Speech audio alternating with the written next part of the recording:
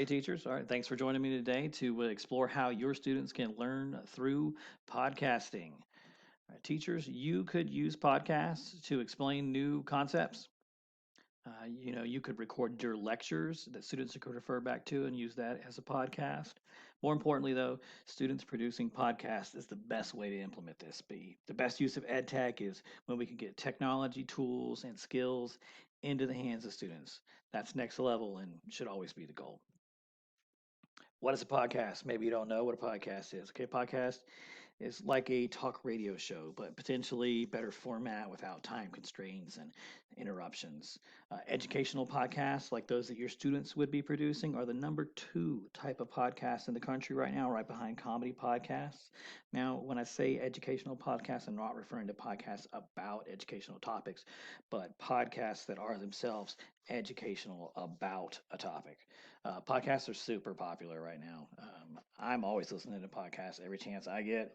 If I'm busy with a task that is not very mentally taxing and my mind is going to be wandering, then I'm keeping my mind occupied with a podcast. It's a great opportunity to learn something. I love to always be learning something. So anytime I'm exercising or driving or doing yard work or housework, then I'm going to be busy listening to a podcast also. Why have your students create podcasts? Okay, it's a student-centered learning, right? We're talking about student-centered learning through exploring a topic.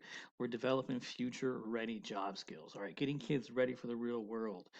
That is our job. All right, it has so much more value than any kind of test score, right? Podcasters these days, the top podcasters in the country are making more than $10 million a year just from producing podcasts. And kids want to be podcasters, okay? They want to be content producers. A lot of podcasts are on YouTube. Everybody wants to be a YouTuber.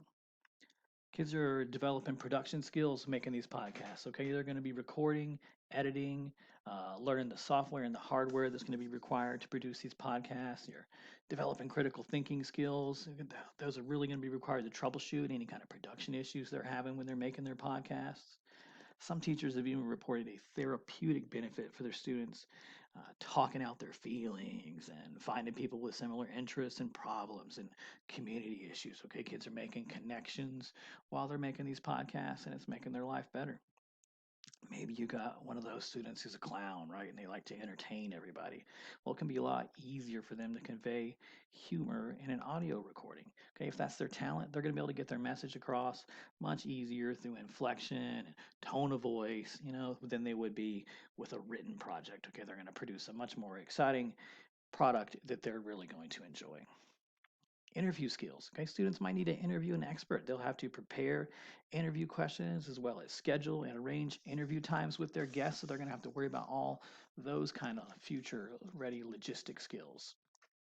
Okay, this is PBL. This is project based learning. All right, we're talking about your students producing a podcast as a process of learning and exploring. That's the best way to do this. It could also be a summative project if they're producing a podcast, trying to show what they've already learned. Students can connect with the community through podcasts. They can cover community events or history, interview community members. Okay, it's going to be a collaborative project, and that's a big thing, getting students working together.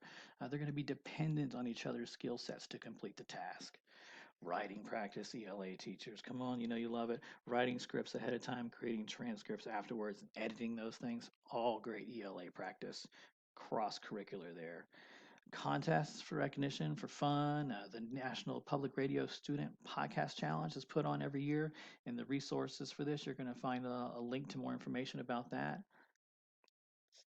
NPR also provides some resources to help kids get started with podcasting, and it's from their perspective, expecting them to be a total noob at it, and really start them from the bottom. How are you going to get your kids busy started doing podcasting in class? Well, how about you find some relevant and appropriate podcasts to share with your students as examples, something like the Fun Kids Science Weekly. Okay, have your students analyze these podcasts, listen to them together in class, have them analyze what they're hearing, identify the different elements so they can understand what they're working towards. Keep in mind, it's going to be a long-term project. Okay, this probably isn't something you're going to get done in a week or two. It's not outrageous for a podcast project to take 4 to 6 weeks long. Okay, it's a huge thing. If you've ever tried to do like a newspaper project in class, you realize it never finishes in the 5 to 7 days that you plan for it. All right, give your students freedom to create, all right, but provide a framework to keep them on task. All right, you want to have clear expectations for the finished project, like a minimum or maximum length. Plan progress checks at production deadlines, okay, not just so that you can get daily grades to keep your class running, but also to keep your students headed in the right direction. Anchor.fm, that's going to be one of the most recommended programs I've found for podcasting.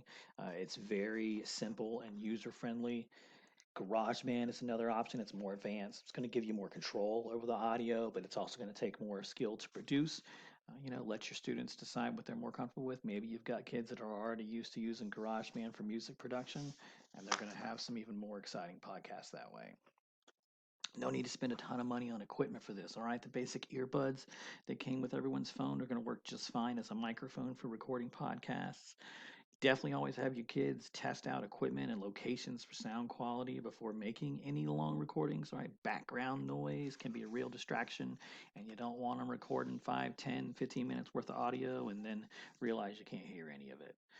All right, I've seen a lot of teachers make little cardboard box recording studios. They just line the inside of the box with some foam or egg crate or something like that. Maybe just set an iPad inside there and kids poke their head in and they record their voice that way. Okay, that's isolating the speaker's voice, eliminating background noise. Makes a huge difference versus sitting in an empty classroom or in a busy classroom where there's lots of background noise going on. Okay, some teachers also will hang heavy curtains up in their room. Just that little bit of effort is something that can help with the sound quality. I don't know about you guys, but I, for one, am excited about starting out a podcast myself. I want to talk to teachers about ed tech ideas that they are trying in class. I want to give them a voice to share their success and even their failures to help other teachers learn and gain some confidence to try new things. I can see students producing history podcasts, discussing events, and interviewing experts or witnesses. How about a science podcast documenting or exploring an animal species? Electives like careers, they could have students produce podcasts exploring job options available locally. Math classes can make podcasts discussing data that they've collected and making predictions about future trends. Engineering could cover projects and competitions that their students are involved in. Now, these are just a few ideas that I had off the top of my head. If you have been inspired and have a great idea for a student podcast project in your class, will you please share it in the YouTube comments to help out your fellow teachers? Special shout out to Rachel Giroux, Emily Patrick, and Lori Roberts at Goose Creek Consolidated Independent School District for their podcasting session at TCEA 2020. Thanks for sticking with me, guys, and learning about podcasting. Please check out the resources for this on edtechmrbrown.com. Y'all have a great day.